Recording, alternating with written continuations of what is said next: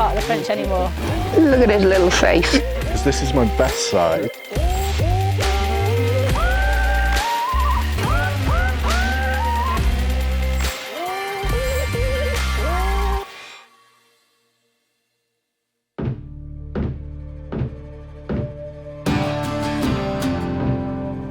We've had the really good fortune to have uncovered some very amazing things in our course of work at DigVentures. The game piece comes to mind, and the moment it comes out, you know, oh my God, this is huge. People are going to be so interested in this. Being filmed doing your job all day long can sometimes be intrusive and weird. You know, like we all have our moments where we're doing our best job and sometimes when we're not. But knowing it's going to end up on television is another sort of layer to performance anxiety.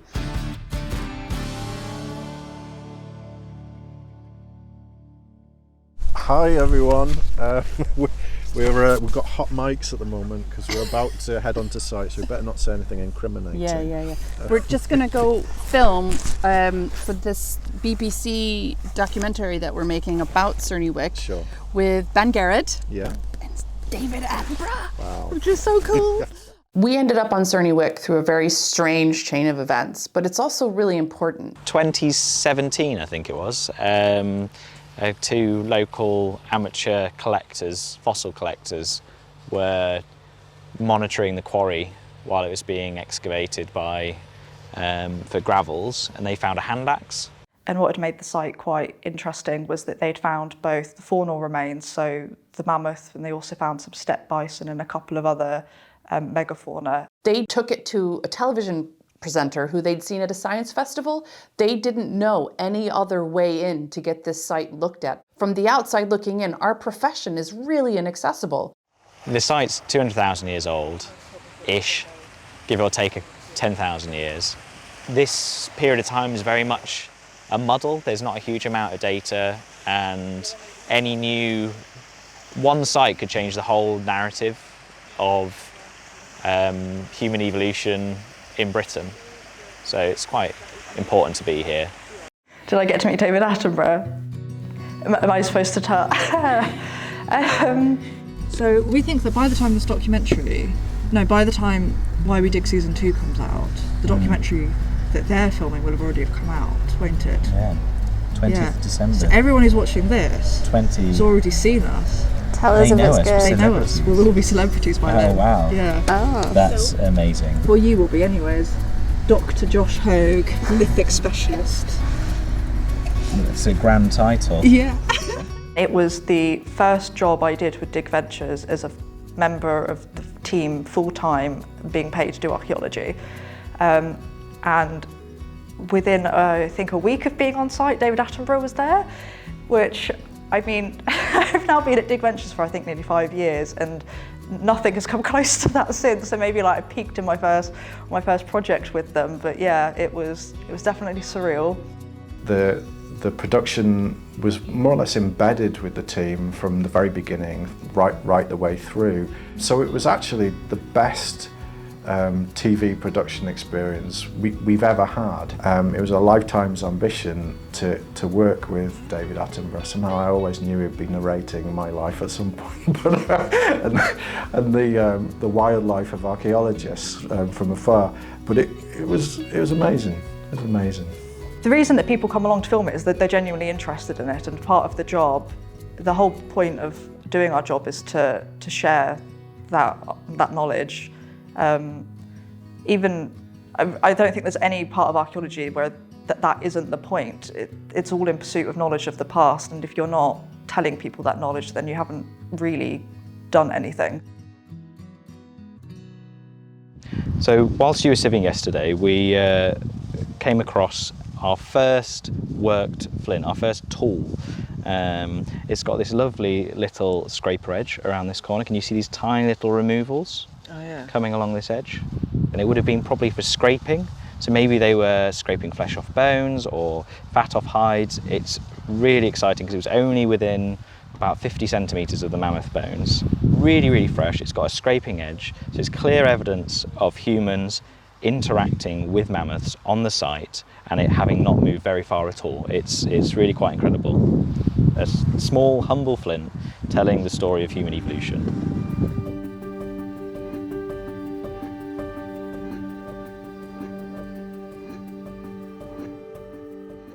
So the mission at Lindisfarne is to uncover more and more and more, as much as we possibly can, about the early medieval monastery and the people who lived there. And we had international news with the tiny game piece. We have this really strange industrial feature. So we know that we are like this close to really finding stuff that tells a conclusive story about the early monastery. The reason that it took a good couple of years for us to start to find that buried in situ non-disturbed archaeology is because you had a cemetery site that's been used for a very long period that's then been ploughed. It means you've got this rumble up of all of this burial material, and it's a huge amount of work to kind of almost bring that into a narrative that tells us about the site.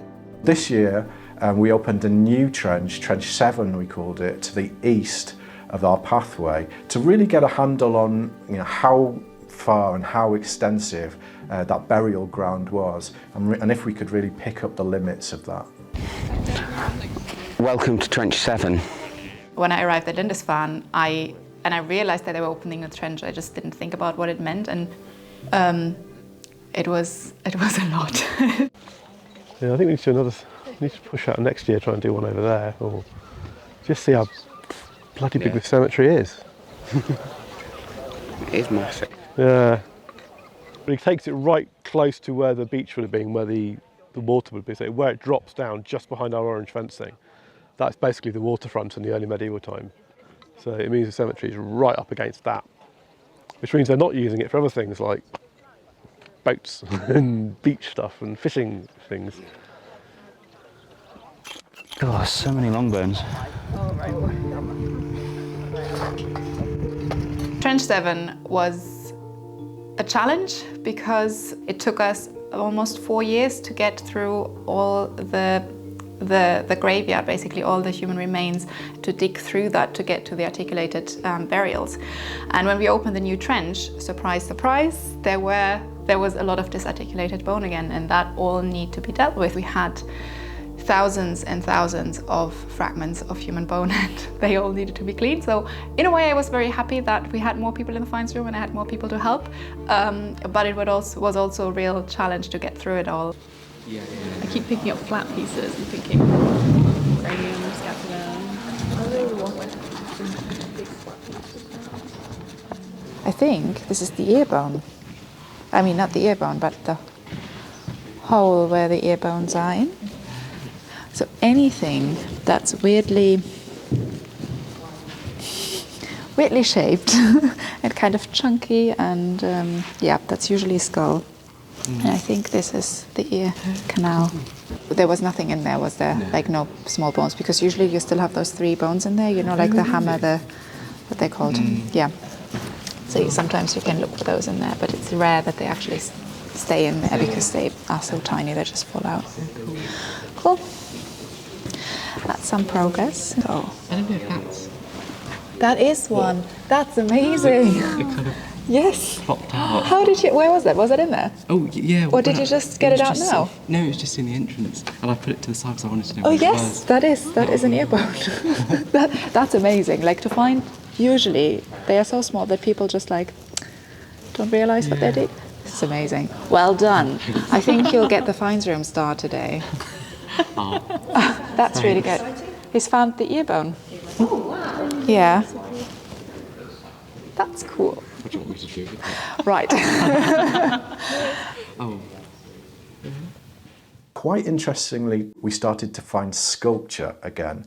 Now, we've not seen that for a couple of years, which suggests that we have a disturbance layer which really kind of breaks up that sculpture, and that's why you got the disarticulated remains as well. But you can see the cross, these are arms of the cross, and it's expanded at one end like a terminal. It's probably been about that big, the central cross. That's the word there. So, it's a tiny fragment of... Nice one. the sculpture, a little bit of sculptured stone. So. Yeah. Where did that come from? Here. So actually, it's not that far from the other bit. Yeah. It's great. Do you have any idea what that disturbance event is yet? No.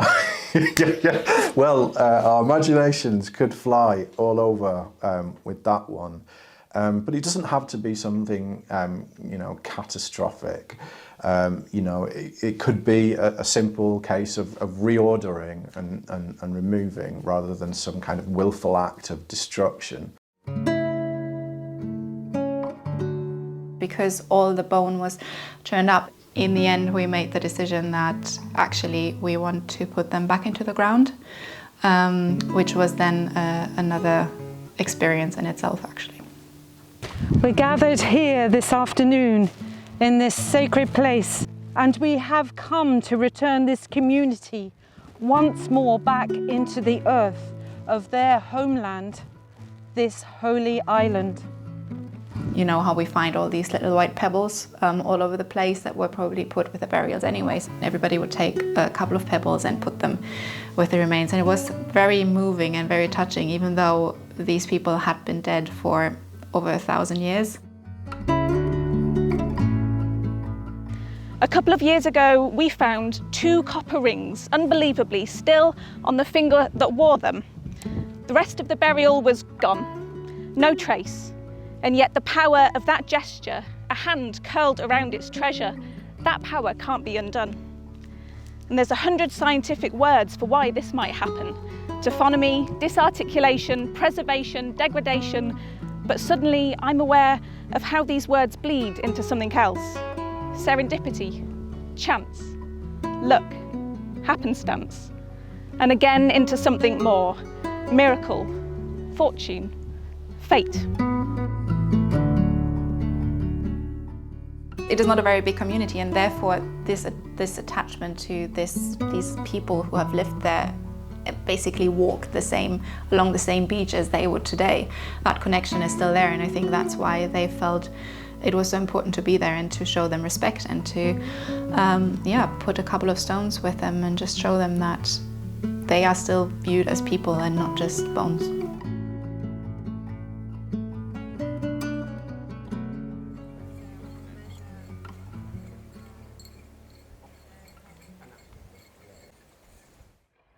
Archaeology isn't just about digging. We'll basically be training a crowd to find archaeology through non-intrusive methods. It's something I'm incredibly excited about, and it's so unusual. Platforms and so on. It's so exciting. And we submitted Deep Time. Deep Time. Deep Time is DigVentures 2.0, 3.0. It's the next level. This is it. I like it. There's a badge and everything.